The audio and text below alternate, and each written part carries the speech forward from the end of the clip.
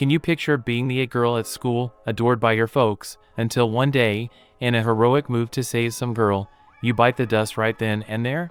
Now, think about this. That wasn't the end for our girl because a god gave her a second shot at life, a chance to reincarnate. Seeing the opportunity, she's all in, asking to be just your average Jane in the next world. Fast forward a few years, and our protagonist is strolling through the capital, totally awestruck by its beauty, only to end up dissing some dude. Turns out, our girl's got this knack for eavesdropping, catching bits of conversations here and there. This skill comes in handy when she checks into a hotel run by a pint-sized innkeeper who mentions the place is cheap, but hot water will cost her extra.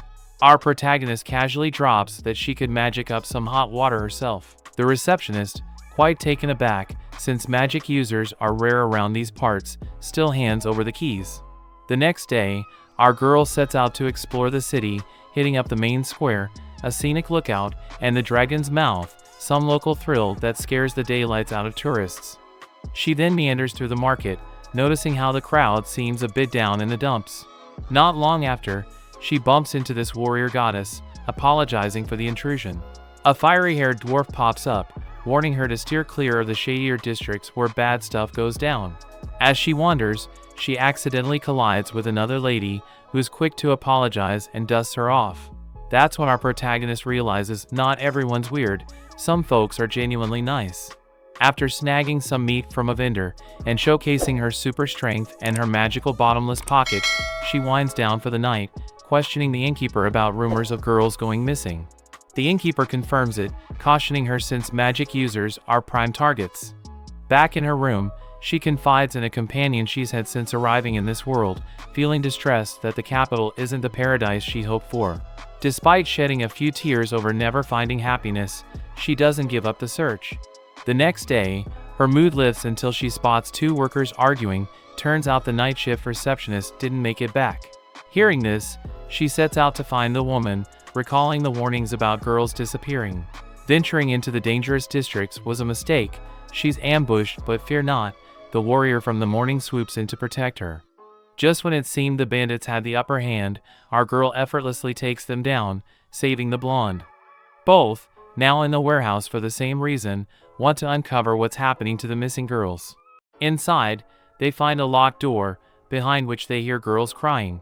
Using magic, our protagonist unlocks the door to find the girls, reassuring them they're safe. She recognizes one girl from an earlier encounter. The redhead inquires why she's there, given she's not a child. She explains she ran into the bandits and offered to look after the girls. Just then, they notice the blonde is injured. So, she ends up healing her with magic, apparently used just for kicks. Our protagonist then asks if she's seen another dwarf, hinting at the receptionist, but the girl hasn't. With that, our gal sets off to find her, stumbling upon the mastermind behind it all. When she inquires about the receptionist, the gang leader denies having her, indicating they don't hold her captive.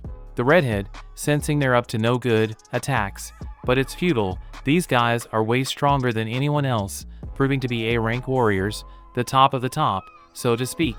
Suddenly, the leader speaks up, insisting they mean no harm to the girls. Their aim is to pamper them, driven by some twisted maternal complex. Our girl, for some reason, fits the bill of what the purple-haired baddie desires. So, she's quickly labeled a little dwarf because she's as petite as a child and, well, flat-chested. Clearly, the purple-haired leader's obsession with our waifu is a big mistake, especially after calling her flat. That's when she unleashes her full power, proving she's no ordinary girl. That level of magic isn't human. She bolts, realizing her immense power distances her from others. Now, let me fill you in on something. Remember at the beginning when I mentioned she asked to be a normal girl? Well, guess what? Jesus got it wrong. Instead of making her average, she ended up somewhere between the most powerful being in that world and a regular human. Basically, she's got the strength of a mythical dragon in a little girl's body, which shocks everyone. Ah, I get it. The next day, after fleeing, she's convinced she won't have any friends after the girls witnessed her power. It's natural for them to run away, scared. So, she starts her new life, heading to school. At the dorm entrance, she bumps into all of yesterday's girls, just her luck. She never thought she'd share a room with them and wonders how she'll explain yesterday's display of power. The blonde steps up, introducing herself as coming from a family of knights, followed by the other two girls claiming to be aspiring mages. That's why they're here. But wait, they're curious about who our protagonist is and what she's doing there. Nervously, she claims to be an F-class mage aspirant, basically the worst. They call her bluff because, obviously, the power she wields isn't normal. She starts fearing judgment, dungeon time, and all sorts of dreadful outcomes until the bell rings, saving her. Or not, since the girls keep staring. They all attend the formation, where the coordinator announces that graduates will be D rank, but the top performer gets to be C rank. Then the trials start. The blonde shows her strength, followed by our protagonist, who faces a hulking opponent.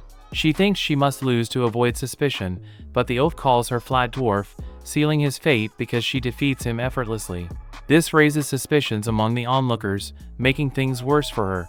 Next up is the archery test, where many showcase their skills until the redhead destroys the target, shocking everyone. Then comes our girl, casting a simple spell but with extra oomph. The redhead approaches, wondering how she could replicate her spell that took a lifetime to master. So, once again, our girl totally messes up, leading her to bolt. Far away, she's reassured by her toy not to feel bad. To cheer herself up, she starts jumping around, wishing to just be a normal girl, not to stand out with her powers.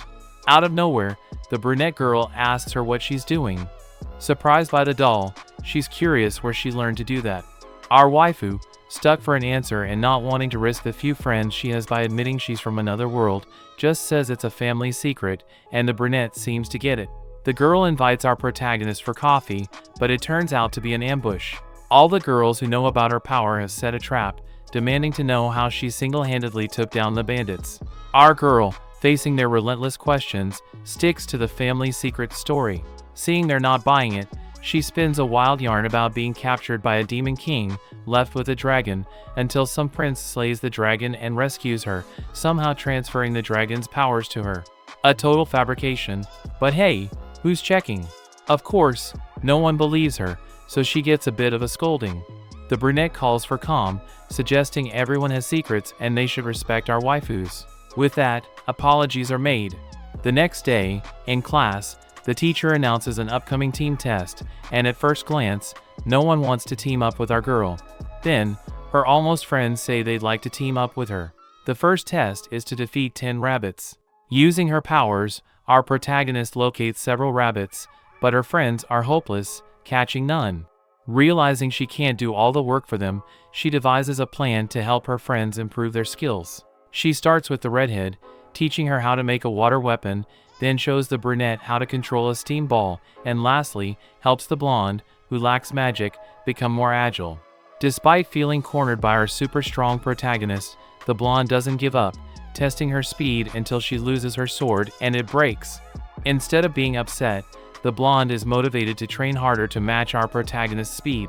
They embark on a unique training regimen, including blindfolded running and becoming one with water and hot earth, all to unlock her full potential. And she succeeds. As night falls, our protagonist pulls out a tent and firewood from her pocket, setting up camp. Remembering the blonde's broken sword, she plans to forge an indestructible blade. With her knowledge of the land, she crafts a sword from the world's toughest materials, astonishing the girls, who now understand our protagonist's answer is always going to be a family secret. So, the next day they all head out to complete the mission, and sure enough, they hunt down those 10 rabbits. But out of nowhere, a demon appears, scaring everyone except our girl, who just can't help admiring how handsome he is. She kinda likes him, but her friends don't share the sentiment, so they attack. They can't do much, though, the demons are way stronger. But they're not about to give up and keep fighting as best they can until, finally, the blonde takes one down, followed by the rest, and they're all thrilled with their victory. Back at school, the teacher announces the results, and our girls come out on top. Our protagonist feels over the moon for making friends, everything seeming just perfect. Meanwhile, the bandits, who were let go by the purple-haired lady, are cooking up another plan. Hold up, are you telling me you're not subscribed to my channel? I'll give you 3 seconds to hit subscribe, comment, and like. Don't forget to ring the bell. Now, back to our girls. They're not sleepy at bedtime, so our protagonist suggests they share a love story, but since none of them have experienced one, they decide to tell another kind of story instead. Our girl starts by mentioning a TV series she saw as a kid, leading everyone to ask, "What's TV?" Keeping to her usual response, she claims it's a family secret. Despite the odd looks, she begins to tell some really great stories, basically plots of anime, which all the girls find fascinating. Though our protagonist doesn't bag any awards that night, 6 months fly by, and she becomes so popular that adventurers are asking her to join their groups. But she turns them down because graduation is looming, and it might mean the girls will part ways. Or not, because suddenly, in their room, the redhead wonders where their base will be when they all move in together. It seems the girls want to stick with our protagonist, who thought she'd be alone but now has her new crew for company. The next day, the teacher calls our girls in and says they're his last hope. Apparently, a fighting tournament is coming up, and they're the only strong girls he's got.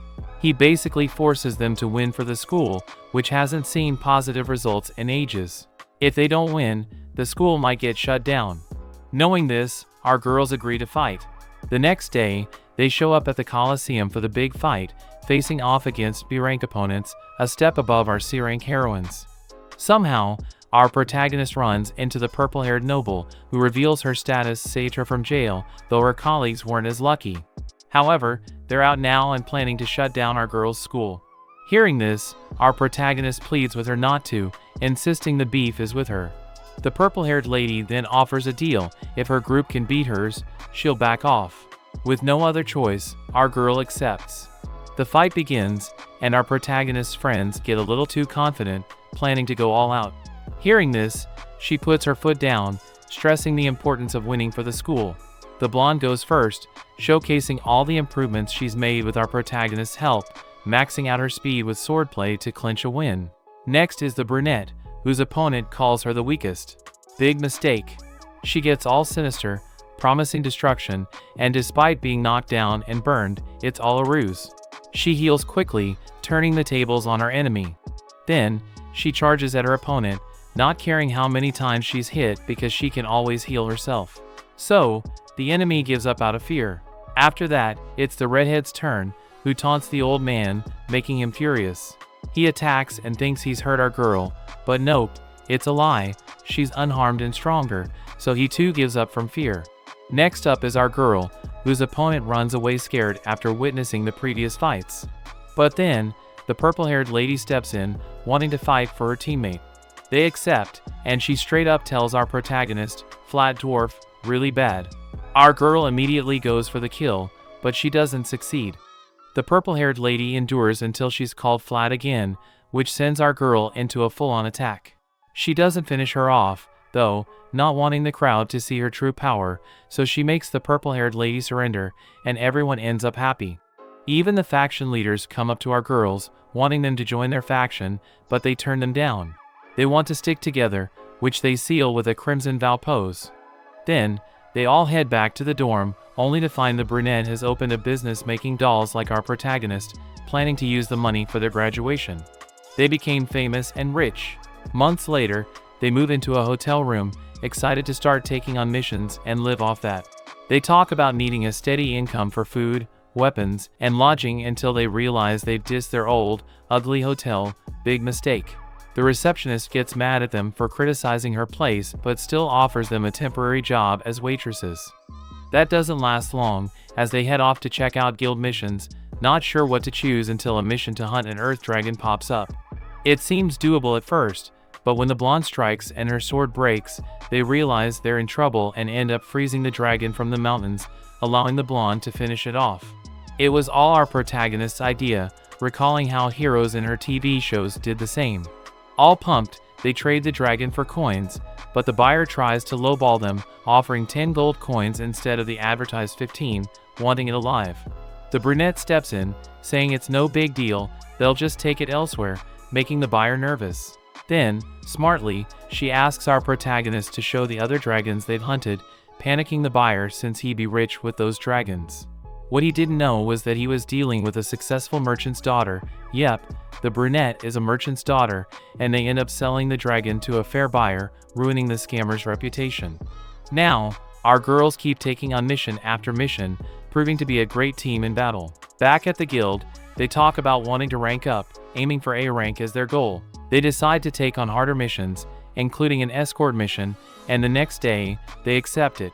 Lately, merchants have been under continuous attack, hence the need for escorts. Our girls are ready for anything, except maybe a mud puddle, which splashes them with mud. Our protagonist pulls out some old clothes from her bag, handing them to her friends, who put them on as best they can.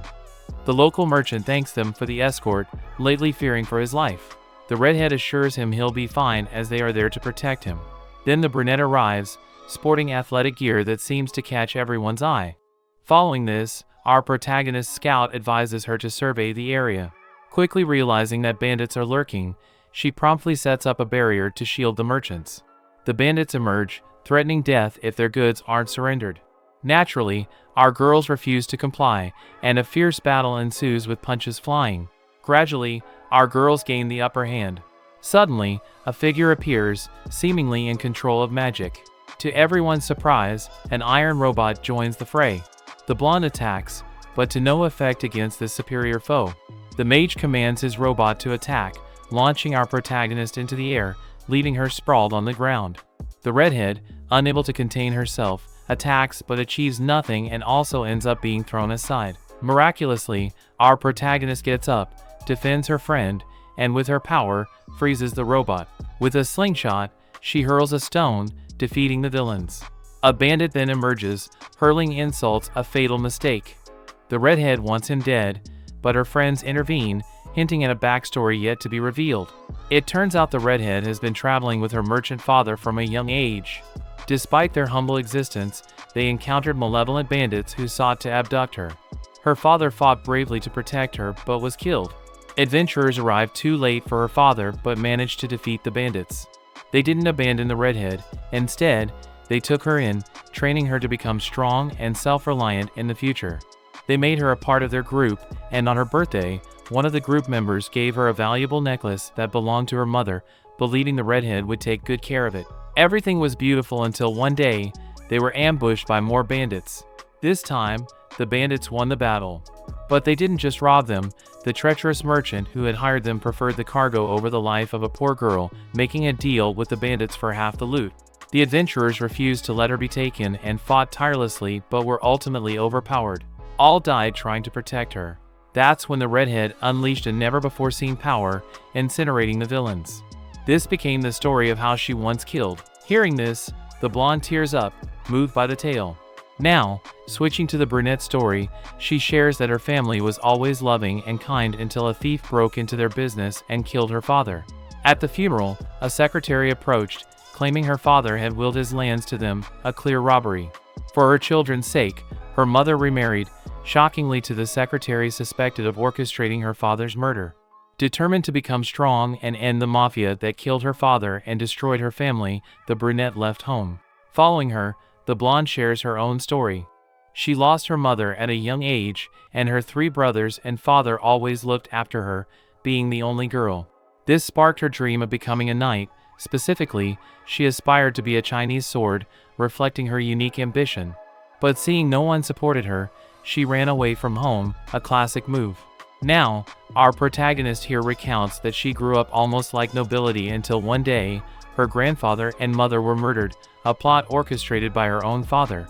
After the funeral, he brought in a stepmother and her daughter, both of whom treated our heroine terribly. 3 years passed, and our girl discovered she could use magic. She tried to use it, but it wasn't long before her father and stepmother kicked her out. With that, she headed to a state school where she had no friends and was always alone until she finally left that place and arrived in the capital, seeking to make friends and explore the lands. That's her story. From there, they kept completing missions non-stop, climbing ranks rapidly because they were entrusted with nearly impossible missions for adventurers. But they completed these with ease. Their effectiveness was such that they were sent on odd jobs, even to battle the ancient dragons of that world, which no one believed existed. But, as always, our protagonist and her group pull through, not killing the dragons because they speak of something mysterious. It seems that in the past, there was a civilization more powerful than the current one, despite having magic. This civilization also had advanced technology capable of destroying entire nations. It sounds quite mysterious. Our girls leave, understanding the dragons aren't evil. Later, our protagonist reflects on what the dragon said, realizing her god never specified where she would reincarnate, just that she would. Sleeping that night, she comes to understand that the dragons were talking about the current civilization, meaning our protagonist is in the future, where the human species, as we know it, is extinct. They must search for the weapons left by the ancestors because they could pose a danger. And that's where this ends. I'd recommend watching the video again to grasp everything fully. Don't forget to leave a like and comment on this crazy story.